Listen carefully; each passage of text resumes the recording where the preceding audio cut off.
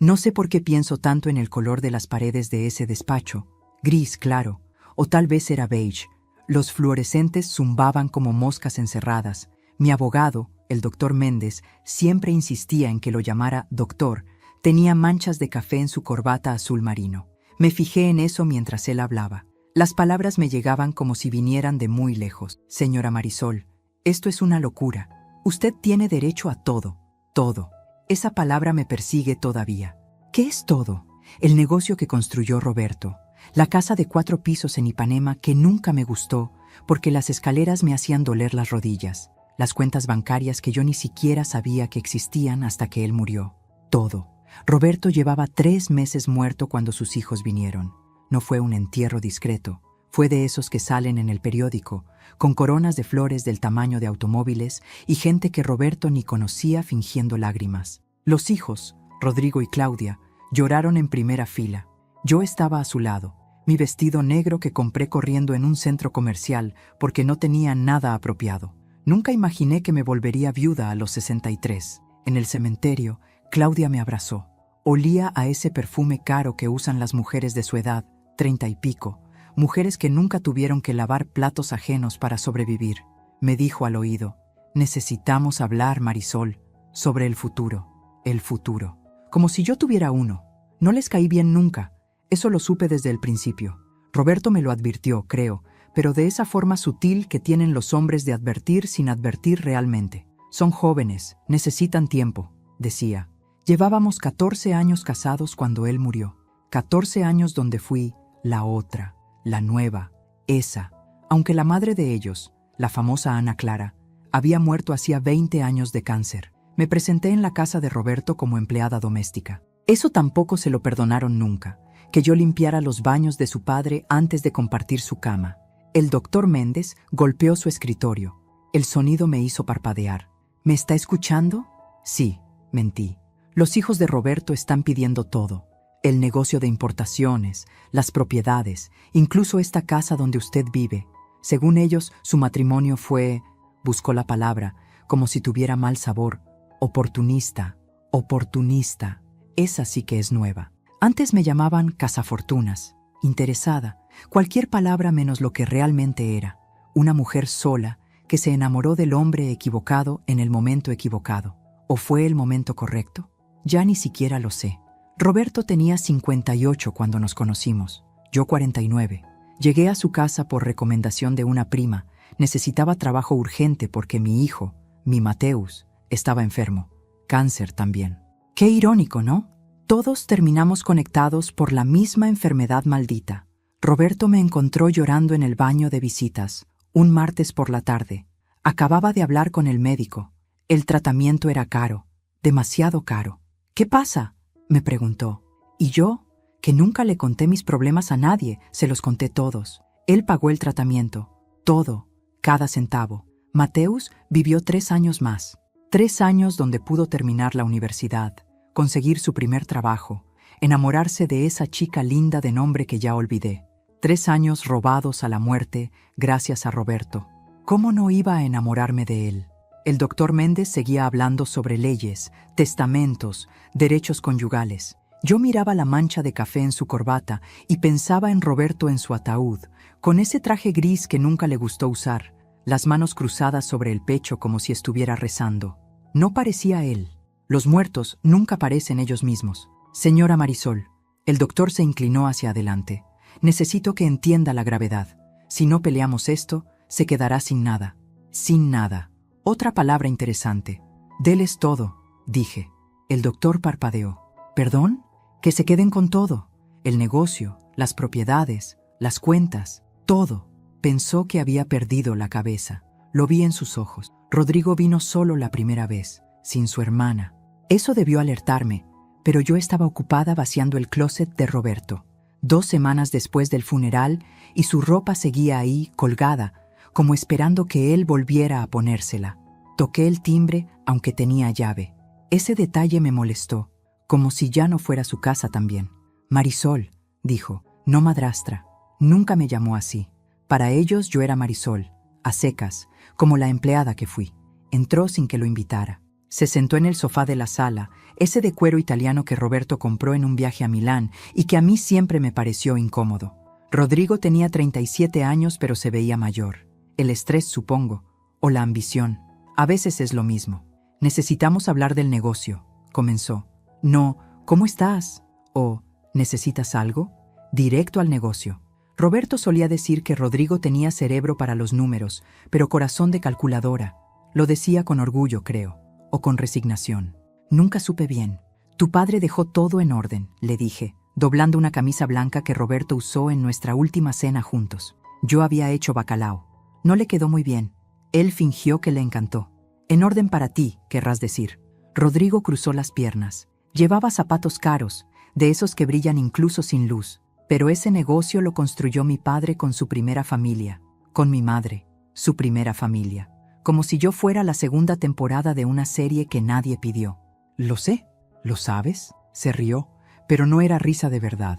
Era ese sonido que hace la gente cuando está enojada, pero intenta parecer educada.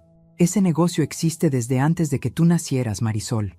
Mi padre lo empezó con 25 años. Mi madre estuvo ahí, en la oficina diminuta del centro, respondiendo teléfonos, haciendo facturas a mano.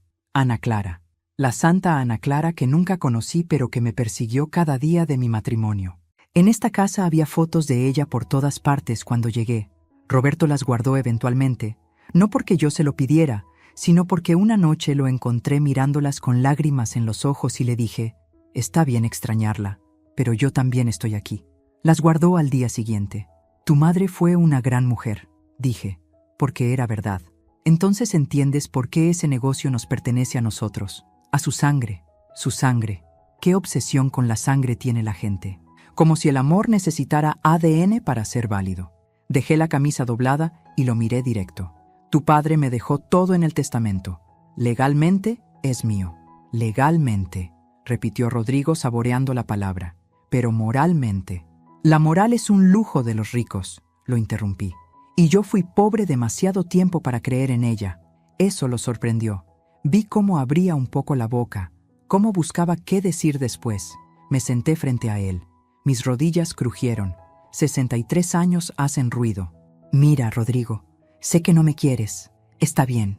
Yo tampoco esperaba que me quisieras. Pero tu padre me amó y yo lo amé a él. Eso también es verdad, aunque no te guste. ¿Lo amaste? Su voz tenía filo. ¿O amaste su dinero? Ahí estaba. La pregunta que todos se hacían, pero nadie se atrevía a hacer en voz alta. Me levanté. De pronto estaba cansada. Tan cansada. Pueden quedarse con el negocio, dije. Con todo. Rodrigo parpadeó. ¿Qué? Lo que oíste. Llama a tu abogado. Dile que no voy a pelear. Se quedó sentado, mirándome como si acabara de hablar en un idioma extranjero. ¿Por qué? Preguntó finalmente. Porque estoy cansada. Porque Roberto está muerto y nada de esto importa. Porque tu hermana y tú me miran como si fuera una ladrona cuando todo lo que hice fue amar a un hombre que ya estaba roto cuando lo conocí. Pero no dije nada de eso. Porque puedo, respondí. Se fue 15 minutos después. No entendía nada. Yo tampoco estaba segura de entender. Esa noche dormí en el cuarto de huéspedes. No podía estar en nuestra cama. La cama donde Roberto murió a las 3 de la madrugada de un infarto masivo. Donde intenté hacerle RCP mientras marcaba el número de emergencias con manos temblorosas. Donde los paramédicos llegaron tarde y me dijeron, lo sentimos, con esa voz entrenada para dar malas noticias. El cuarto de huéspedes olía a cerrado, a abandono. Me quedé despierta hasta el amanecer, pensando en todo y en nada. El doctor Méndez llamó 17 veces antes de que le contestara. Dejó mensajes cada vez más desesperados. En el último, su voz sonaba casi ofendida, como si mi negativa a pelear fuera un insulto personal a su carrera de abogado. Finalmente fui a su oficina. Mismo despacho gris o beige, mismos fluorescentes de mosca. Pero esta vez había otra persona. Una mujer joven con lentes de marco grueso y una tablet en las manos. Mi asistente, Carolina, explicó el doctor Méndez. Está aquí para documentar todo. Documentar. ¿Qué palabra tan fría para algo tan sucio? Me senté. Carolina me ofreció café. Dije que no. Mentira. Quería café. Quería muchas cosas, pero decir que sí a algo tan pequeño se sentía como abrir una puerta que debía permanecer cerrada. Señora Marisol, permítame ser muy claro. El doctor juntó las manos como si estuviera rezando. El patrimonio de su esposo asciende a aproximadamente 82 millones de reales. El negocio de importaciones genera ingresos anuales de 20 millones. Las propiedades están valuadas en otros 30 millones. Usted, como esposa legítima, tiene derecho al 50% de todo lo que se adquirió durante el matrimonio, más lo que él expresamente le dejó en el testamento, que es prácticamente todo, 82 millones. El número flotó en el aire como humo. Yo que una vez robé pan de una panadería porque mi hijo tenía hambre. Yo que usé la misma ropa interior durante 2 años porque no podía comprar nueva.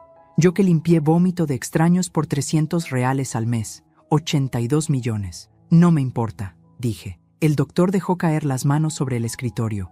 Un golpe seco. Carolina dejó de teclear en su tablet. «Disculpe, que no me importa el dinero». «Todos dicen eso», murmuró él, «hasta que se quedan sin dinero». Tenía razón, supongo, pero también estaba equivocado. «Mis hijastros creen que los estoy robando», continué, «que me casé con su padre por interés. Déjeles tener lo que quieren. Así podrán dormir tranquilos». «¿Y usted?», preguntó Carolina de pronto. Su voz era suave, curiosa. «¿Usted va a dormir tranquila?». La miré. Tendría unos 25 años, demasiado joven para entender que el sueño ya no existe cuando llegas a mi edad. No de verdad. «No duermo desde que Roberto murió», admití. «No va a cambiar nada». El doctor Méndez se frotó la cara. «Está bien. Supongamos que hace esto. Supongamos que firma todo y se lo da a ellos. ¿Qué va a pasar con usted? ¿Dónde va a vivir?». Buena pregunta. Roberto y yo no hablamos mucho sobre la muerte. ¿Quién lo hace? Asumes que tienes tiempo. Siempre asumes que tienes tiempo, hasta que no lo tienes. La última conversación real que tuvimos fue 3 días antes de que muriera. Estábamos en la terraza, mirando el mar. Río de Janeiro es hermoso desde lejos. De cerca, como todo, se ve el deterioro. «¿Serías feliz sin mí?», me preguntó de la nada. «Qué pregunta extraña», dije. «Contéstala». Pensé en eso, en ser feliz, en si alguna vez lo fui realmente, con él o sin él. «No sé si soy feliz contigo», respondí finalmente, «pero sé que sin ti sería peor». Se rió. Roberto tenía una risa grave, profunda, que venía desde el estómago. «Eres brutalmente honesta. Es una de las cosas que amo de ti. Amo. Tiempo presente». 3 días antes de morir y todavía usando tiempo presente, como si el futuro fuera una garantía. «¿Tú eres feliz?», le pregunté. «Menos infeliz», dijo, «que ya es mucho a mi edad. Menos infeliz». Ese fue nuestro matrimonio, creo. No la gran pasión de las películas. No el amor perfecto de los cuentos. Solo 2 personas rotas encontrándose en el momento justo para romperse un poco menos juntas. «Señora Marisol», la voz del doctor Méndez me trajo de vuelta. «Necesito que entienda algo. Los hijos de Roberto ya contrataron abogados. Buenos abogados. Van a pelear esto de todas formas. Van a intentar anular el testamento, alegando que usted manipuló a un hombre enfermo. Roberto no estaba enfermo cuando hizo el testamento. Eso no importa.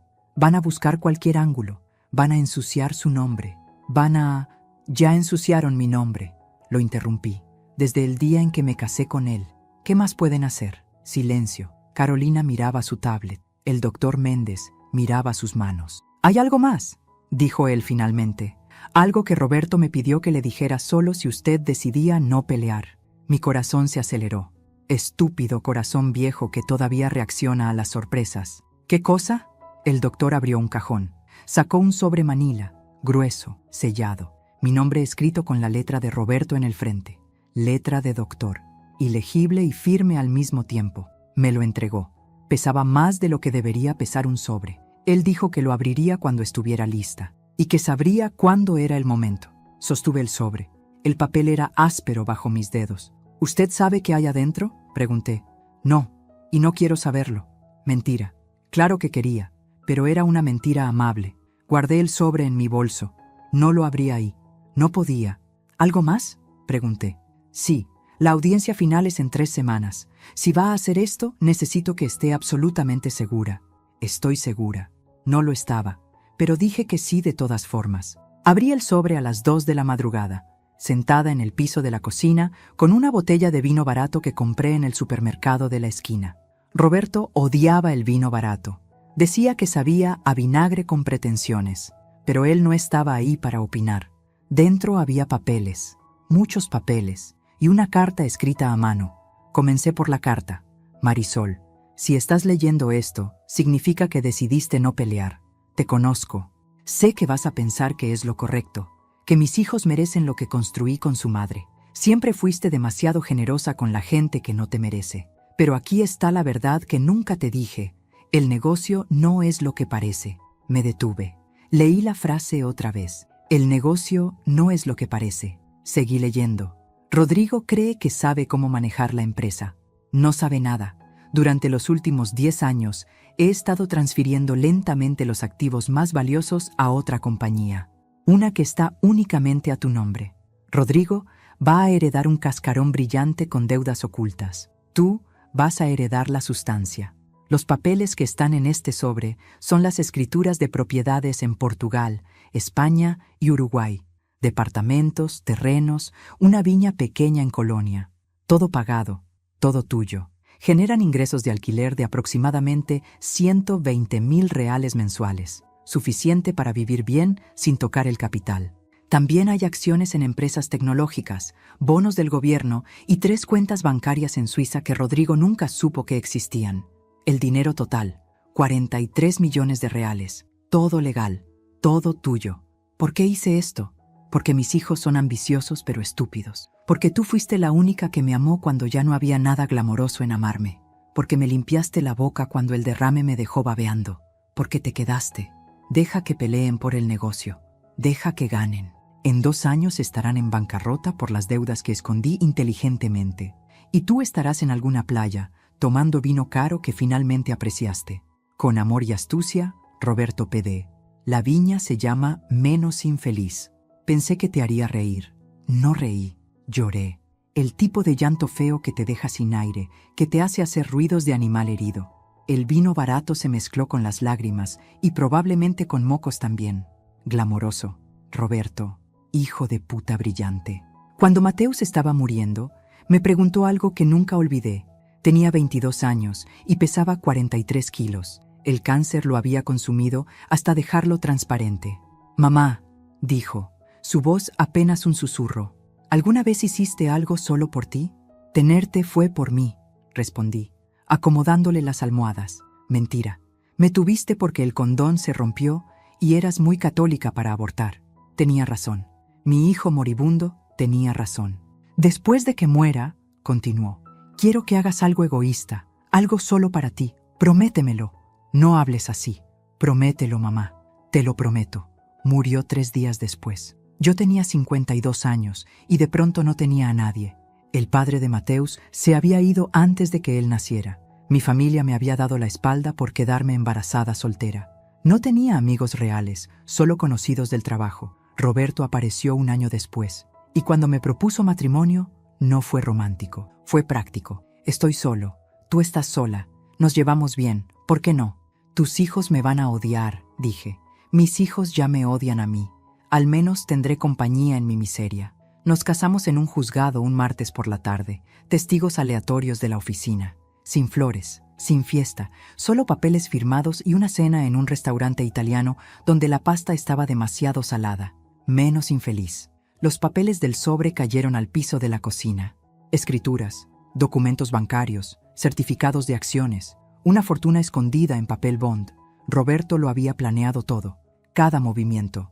Sabía exactamente qué harían sus hijos, sabía exactamente qué haría yo. Me conocía mejor de lo que yo me conocía a mí misma. Recogí los papeles, los guardé de vuelta en el sobre, me terminé la botella de vino barato. A las 4 de la madrugada llamé al doctor Méndez. Contestó con voz de dormido y molesto. Señora Marisol, ¿está bien? Siga con el plan, dije. Deles todo. ¿Está segura? Por primera vez desde que Roberto murió, sonreí. Una sonrisa pequeña, torcida, probablemente un poco cruel. Completamente segura. Colgué antes de que pudiera responder. Mateus, pensé, mirando la foto de él en el refrigerador, su foto de graduación, sonriendo con ese orgullo tímido que siempre tuvo. Mateus, finalmente hice algo egoísta. Finalmente cumplí mi promesa. Claudia llegó sin avisar. Tocó el timbre a las 7 de la mañana, cuando todavía estaba en pijama con café a medio hacer. Por la mirilla la vi parada ahí, perfecta incluso a esa hora. Pantalones de lino blanco, blusa de seda, cabello recogido como si viniera de un comercial de shampoo.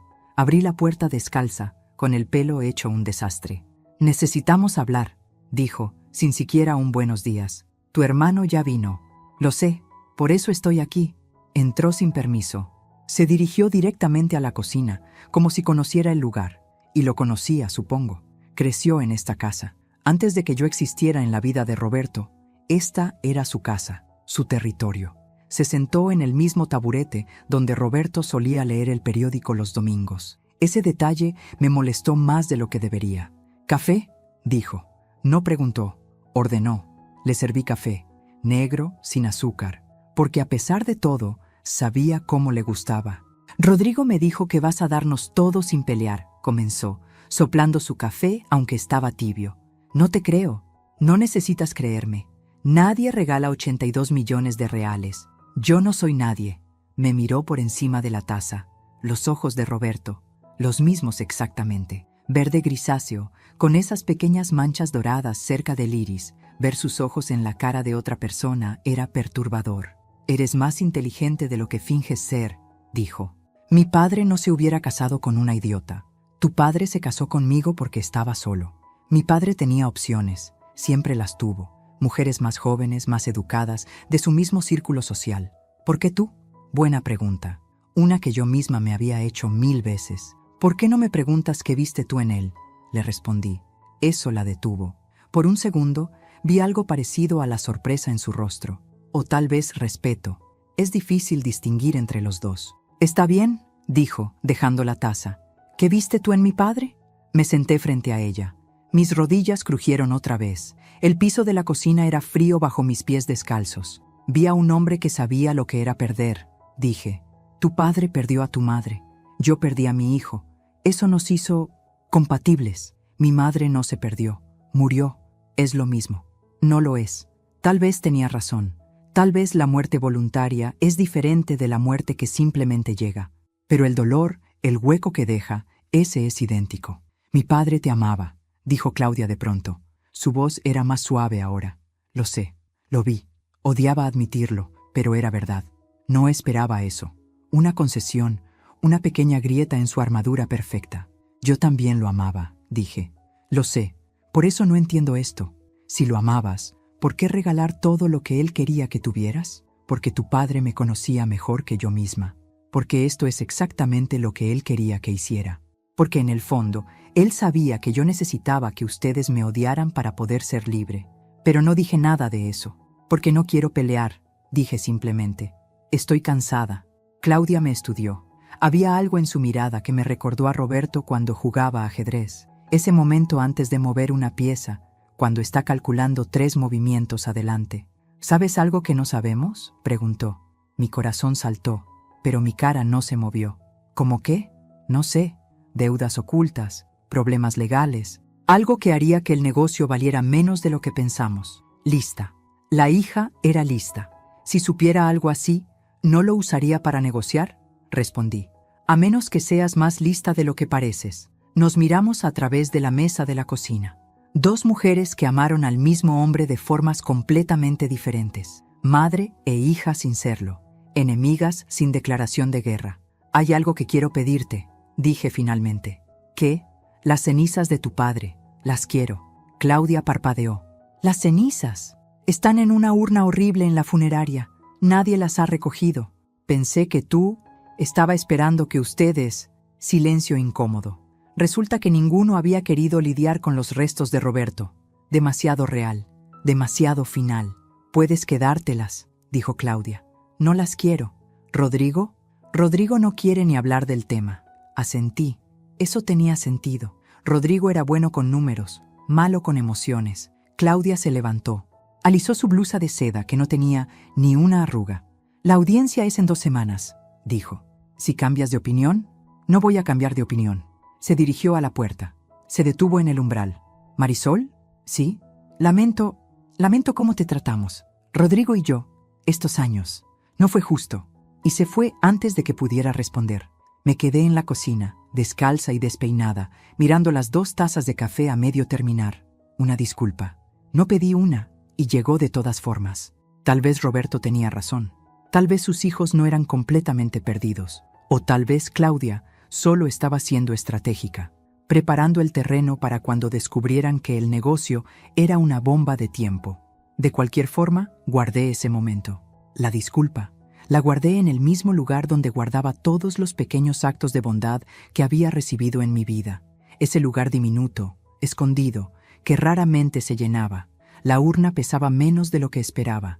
3,5 kilos de cenizas en un recipiente de metal que parecía comprado en una tienda de descuento.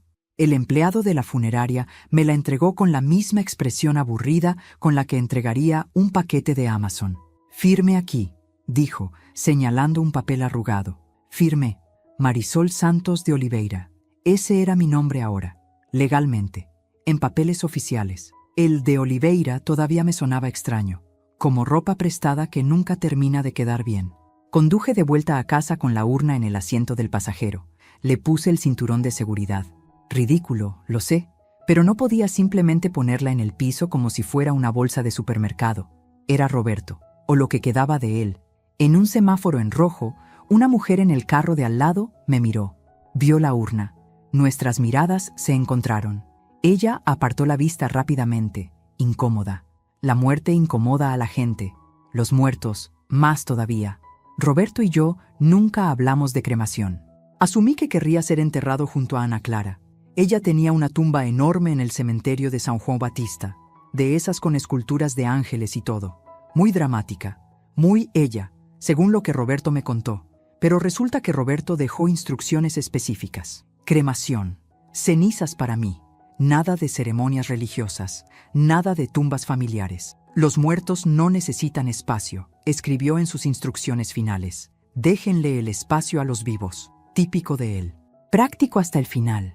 Llegué a casa y puse la urna en la mesa del comedor. La misma mesa donde cenamos 1000 veces, donde jugamos cartas los viernes por la noche, donde discutimos sobre política, sobre el clima, sobre nada importante y todo importante al mismo tiempo. Me senté frente a la urna. Me serví un whisky. Del bueno, no de la porquería barata del supermercado. Roberto habría aprobado. «Fuiste un hijo de puta astuto», le dije a la urna. «Todo esto, el plan, los papeles escondidos. ¿Cuánto tiempo estuviste planeándolo?» La urna no respondió. Obvio, pero conocía la respuesta de todas formas. Roberto planeaba todo. Cada movimiento en su vida era calculado, pensado, ejecutado con precisión quirúrgica. Excepto enamorarse de mí.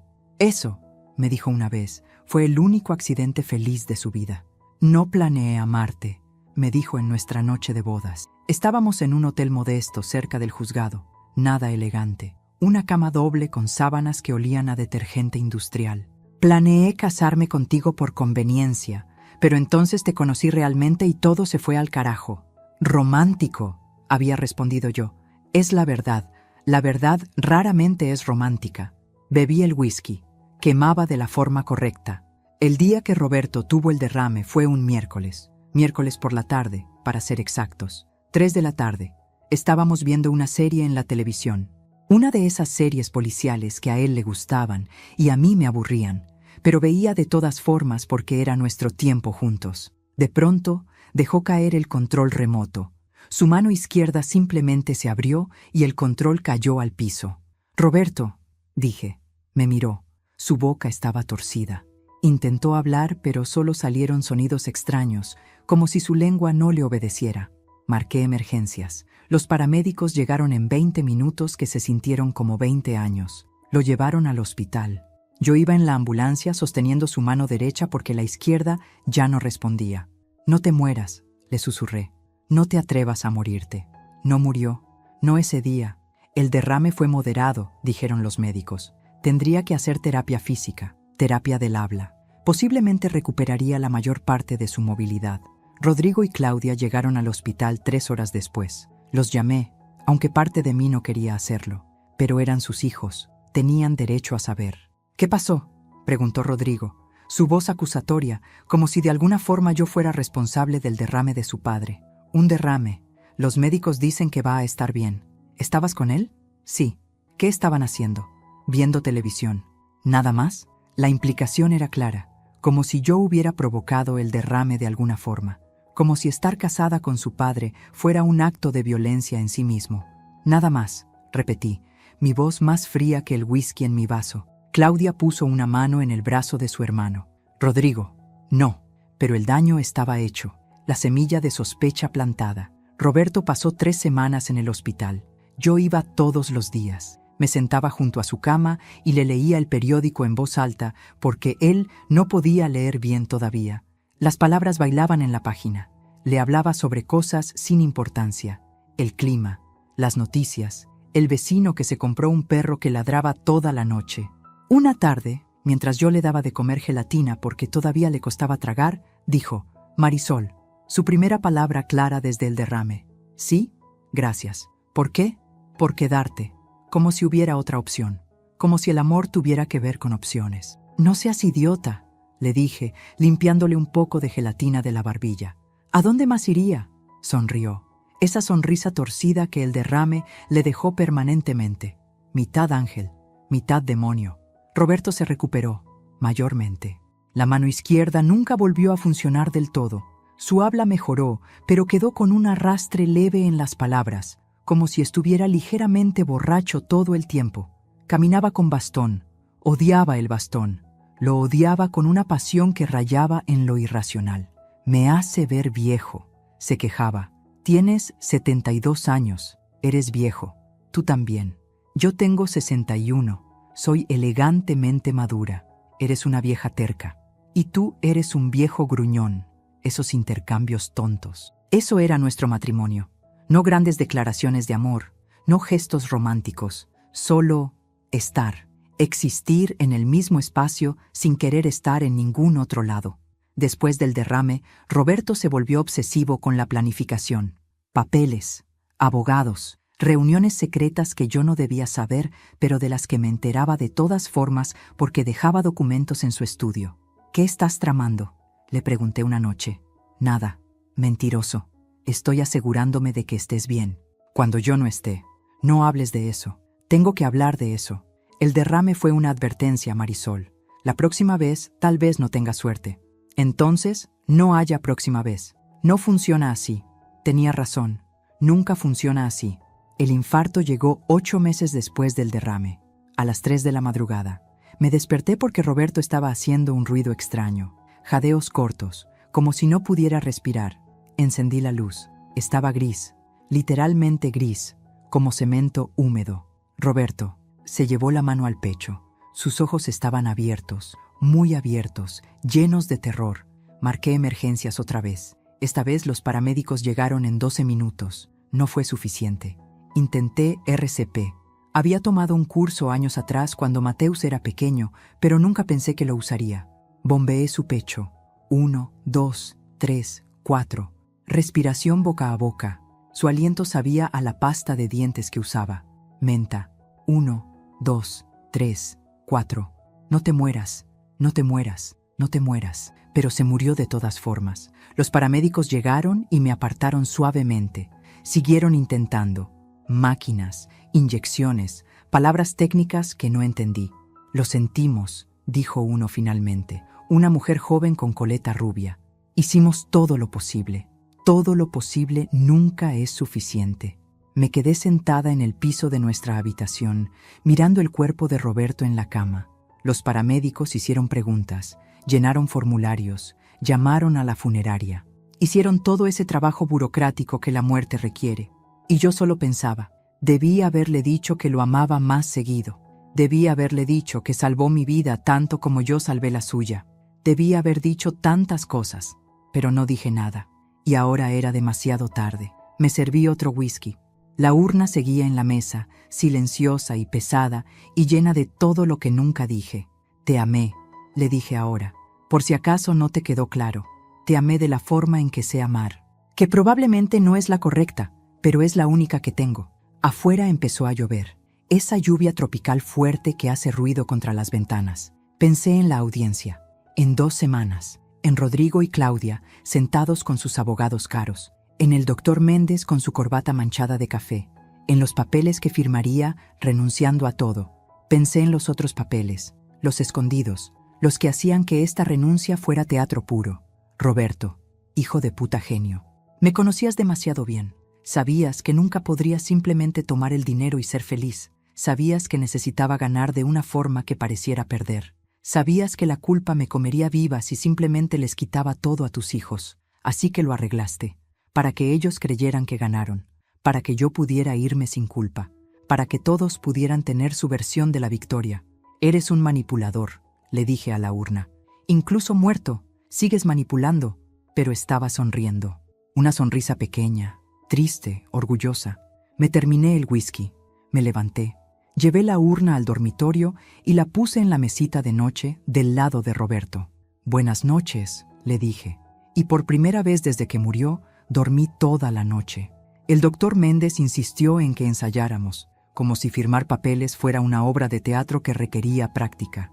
Necesito que entienda exactamente qué va a pasar, dijo por 10ª vez esa semana. Estábamos en su oficina otra vez. Carolina no estaba. Solo él y yo y un ventilador de techo que chirriaba con cada vuelta. Entiendo perfectamente. No entiende. Los abogados de Rodrigo y Claudia van a intentar humillarla. Van a hacer preguntas sobre su pasado, sobre cómo conoció a Roberto, sobre su situación económica antes del matrimonio. Van a pintarla como una oportunista. Ya lo hicieron, dije. En cada cena familiar, en cada cumpleaños, en cada maldita Navidad. No me dicen nada que no haya escuchado antes. El doctor se quitó los lentes. Tenía marcas rojas en el puente de la nariz. Se frotó los ojos como si tuviera 100 años en lugar de 50 y algo. ¿Por qué hace esto, señora Marisol? De verdad, ¿por qué? Buena pregunta. Una que yo misma me había hecho cada noche durante las últimas 3 semanas. Porque estoy cansada de pelear batallas que no puedo ganar, dije finalmente. Verdad a medias, la mejor clase de mentira. Esta batalla puede ganarla. El testamento es sólido. Roberto estaba en pleno uso de sus facultades cuando lo hizo. Tengo 3 evaluaciones psiquiátricas que lo prueban. No quiero ganar así. ¿Cómo quiere ganar? No respondí, porque la respuesta era, ya gané, solo que nadie lo sabe todavía. Salí de la oficina del doctor Méndez y caminé. No tomé taxi, no llamé un Uber. Solo caminé por las calles de Río, bajo un sol que derretía el asfalto. Mis zapatos me lastimaban. Me quité los tacones y seguí caminando descalza, con los zapatos en la mano como una loca. La gente me miraba. ¡Que miren! Terminé en una iglesia. No sé cuál. Una de esas iglesias viejas del centro con bancos de madera que crujen y olor a incienso rancio.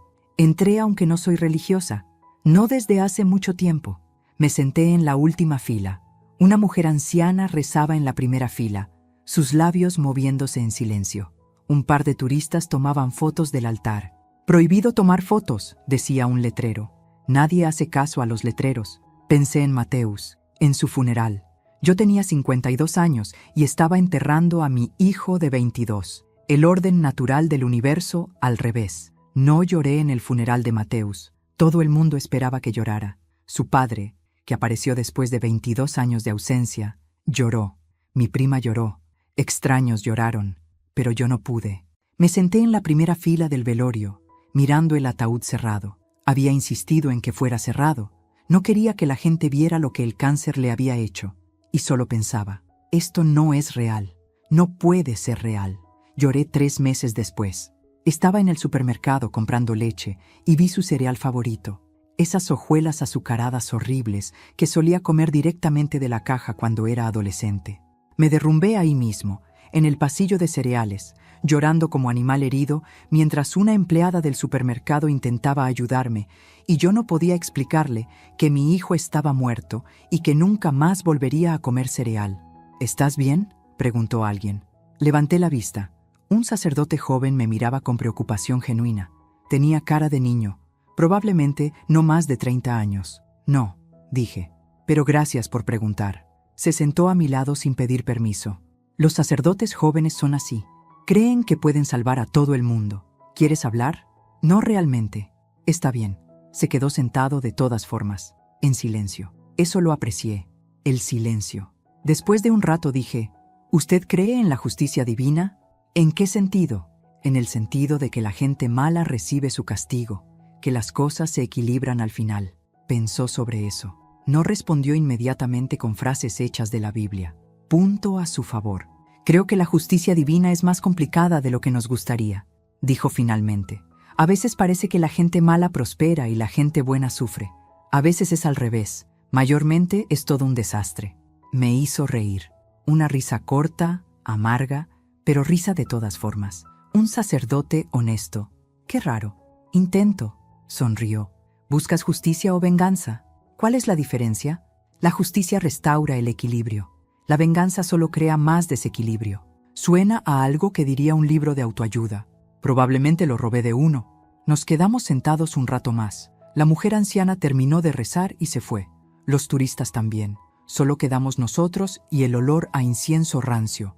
Mi esposo murió, dije finalmente. Sus hijos me odian, quieren quedarse con todo, y yo los voy a dejar. ¿Por qué? Porque puedo, porque quiero ver qué pasa cuando obtienen exactamente lo que quieren. El sacerdote asintió como si eso tuviera perfecto sentido. ¿Y después? Después me voy. Lejos, a algún lugar donde nadie sepa quién soy. ¿Suena a un plan? ¿No vas a decirme que perdone? ¿Que ponga la otra mejilla? Podrías hacer eso, o podrías simplemente vivir tu vida y dejar que ellos vivan con sus elecciones. A veces la mejor venganza es la indiferencia. Sabio, este sacerdote niño. Me levanté. Mis pies descalzos estaban sucios del piso de la iglesia. Gracias, padre. No soy padre todavía en entrenamiento. ¿Vas bien? Salí de la iglesia. El sol todavía estaba brutal. Me puse los zapatos, aunque me lastimaban. A veces el dolor es necesario.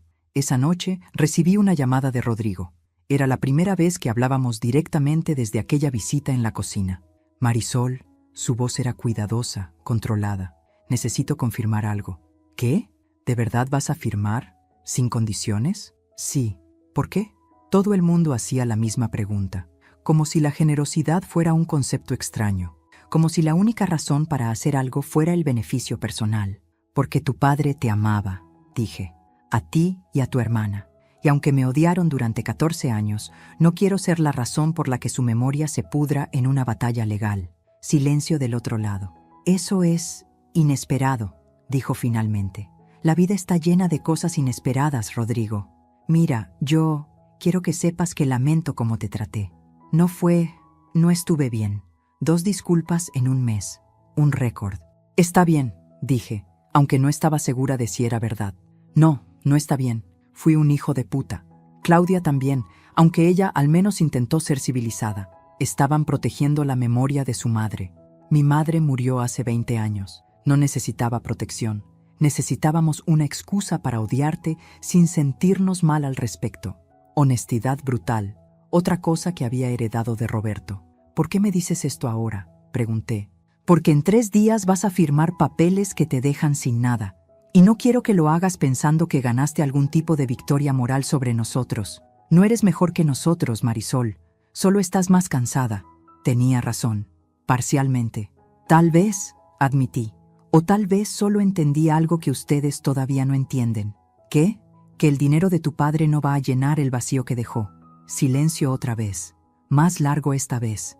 Claudia quiere verte, dijo finalmente. Antes de la audiencia. Para cerrar cosas, supongo. ¿Tú también estarás ahí? Si quieres. Está bien. Mañana, en la casa, a las 4. ¿Nuestra casa o mi casa? Lo corregí suavemente. Hasta que firme los papeles, sigue siendo mi casa. Justo. Colgamos. Me quedé con el teléfono en la mano, mirando la urna de Roberto en la mesita de noche. Tus hijos están teniendo revelaciones emocionales, le dije. Un poco tarde, pero mejor tarde que nunca, supongo. La urna no respondió. Nunca lo hacía. Pero a veces sentía que Roberto estaba ahí de todas formas, riéndose de todo este desastre con esa risa grave que venía desde el estómago. Me acosté temprano esa noche. Mañana vendría Rodrigo y Claudia. Pasado mañana, la audiencia final.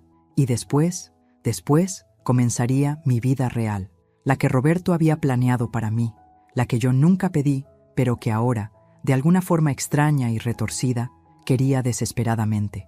Cerré los ojos. Soñé con Mateus. No con el Mateus enfermo de los últimos meses, sino con el Mateus de 6 años, corriendo en el parque, riendo sin razón, vivo y completo y mío. Cumplí mi promesa, le dije en el sueño. Hice algo egoísta, finalmente. Bien, mamá, respondió. Ya era hora. Me desperté con lágrimas en la cara, pero eran lágrimas buenas, de las que limpian en lugar de ensuciar. Afuera, Río despertaba con su caos usual. Tráfico, bocinas, vendedores ambulantes gritando sus productos. Vida continuando como siempre, indiferente a los dramas personales de una viuda de 63 años. Me levanté, me vestí, me preparé para lo que vendría. Por primera vez en meses me sentía lista. Llegaron juntos, 4 en punto exacto. Rodrigo siempre fue puntual, otra cosa que heredó de Roberto. Claudia traía un pastel, de limón, mi favorito. No sé cómo lo supo, tal vez Roberto se lo mencionó alguna vez, o tal vez fue solo coincidencia. No tenías que traer nada, dije, aceptando el pastel de todas formas. Lo sé. Los tres nos quedamos parados en la sala, incómodos, como extraños en una fiesta donde no conocen a nadie. Siéntense, dije finalmente. Se sentaron, en el sofá de cuero italiano que nunca me gustó. Yo me senté en la silla de Roberto, su silla, la que tenía la forma de su cuerpo después de tantos años de uso. Rodrigo habló primero. Queremos que sepas que revisamos todo. Los libros contables del negocio, las propiedades, las cuentas, todo está en orden. Bien, más que en orden realmente. Mi padre fue meticuloso. El negocio está valuado en más de lo que pensábamos inicialmente. Asentí. Claro que estaba en orden. Roberto era muchas cosas, pero descuidado nunca fue. Claudia se inclinó hacia adelante. Marisol, queremos hacerte una oferta. No necesito ofertas, escúchanos. Su voz era suave pero firme. Sabemos que vas a firmar mañana, pero no tiene que ser todo o nada.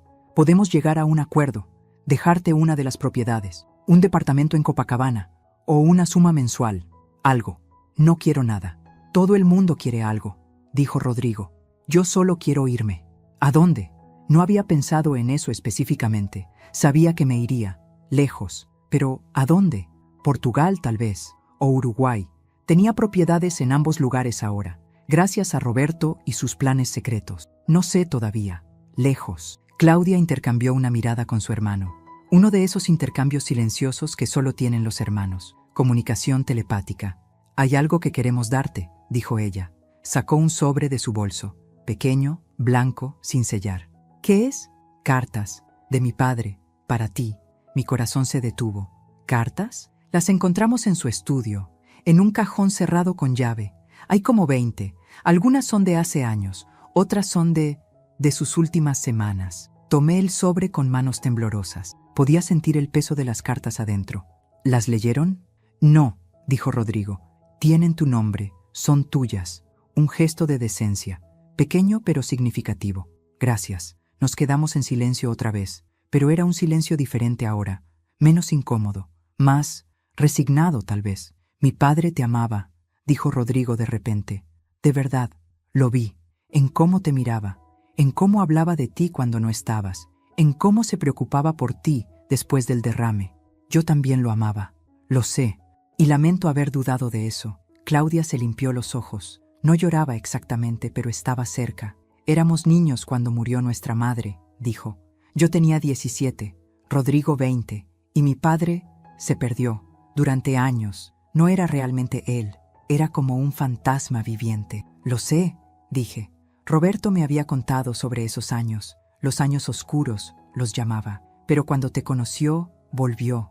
No del todo, nunca del todo, pero volvió lo suficiente. Y deberíamos haberte agradecido por eso en lugar de odiarte. No me odiaban realmente, dije. Solo odiaban que él siguiera adelante sin su madre.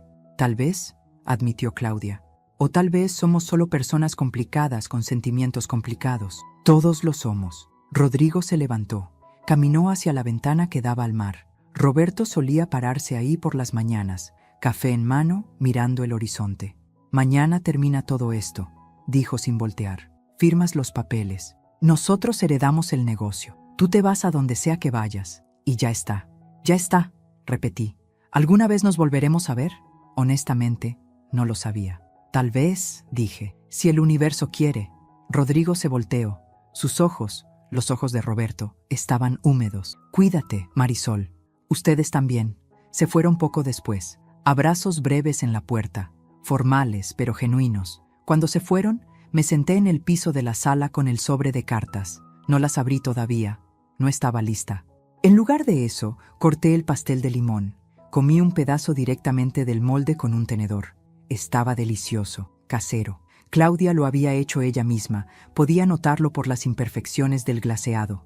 Un gesto de paz, pequeño, tardío, pero real. Afuera, el sol comenzaba a ponerse, naranja y rosa sobre el océano. Roberto decía que los atardeceres de Río eran los más hermosos del mundo. Probablemente tenía razón. Mañana sería la audiencia. Mañana firmaría papeles. Mañana Rodrigo y Claudia creerían que habían ganado. Y después comenzaría el resto de mi vida. La vida que elegí. La vida que merecía. Por primera vez en 63 años, viviría solo para mí. Si esta historia te ha hecho reflexionar, si te ha movido algo por dentro o simplemente te ha mantenido enganchado hasta este momento, te invito a que te suscribas al canal. Aquí encontrarás más historias como esta, reales en su emoción, humanas en su complejidad, diferentes en su narrativa. Dale like si Marisol te hizo sentir algo, ya sea admiración, frustración, curiosidad o esa mezcla extraña de emociones que solo las buenas historias provocan. Y déjame en los comentarios, ¿qué harías tú en su lugar? ¿Entregarías todo o pelearías hasta el final? Comparte este video con alguien que necesite escuchar una historia sobre segundas oportunidades, sobre decisiones difíciles, sobre encontrar tu propio camino cuando todo parece perdido. Activa la campanita de notificaciones, porque cada semana subo historias que te harán pensar, sentir y tal vez ver tu propia vida desde otra perspectiva. Nos vemos en la próxima historia. Gracias por estar aquí. Gracias por escuchar. Aviso importante. Esta historia es completamente ficticia. Los personajes, nombres, situaciones, lugares y eventos narrados son producto de la imaginación creativa y no representan ni están basados en personas reales, vivas o fallecidas, ni en hechos reales. Cualquier parecido con la realidad es pura coincidencia. Esta narrativa fue creada con el propósito de generar reflexión, provocar emociones auténticas y aportar valor a tu vida a través del poder de las historias. No pretende ofrecer asesoría legal, financiera o de ningún otro tipo profesional. Gracias por entender que las mejores historias no son necesariamente verdaderas, pero sí auténticas en lo que nos hacen sentir.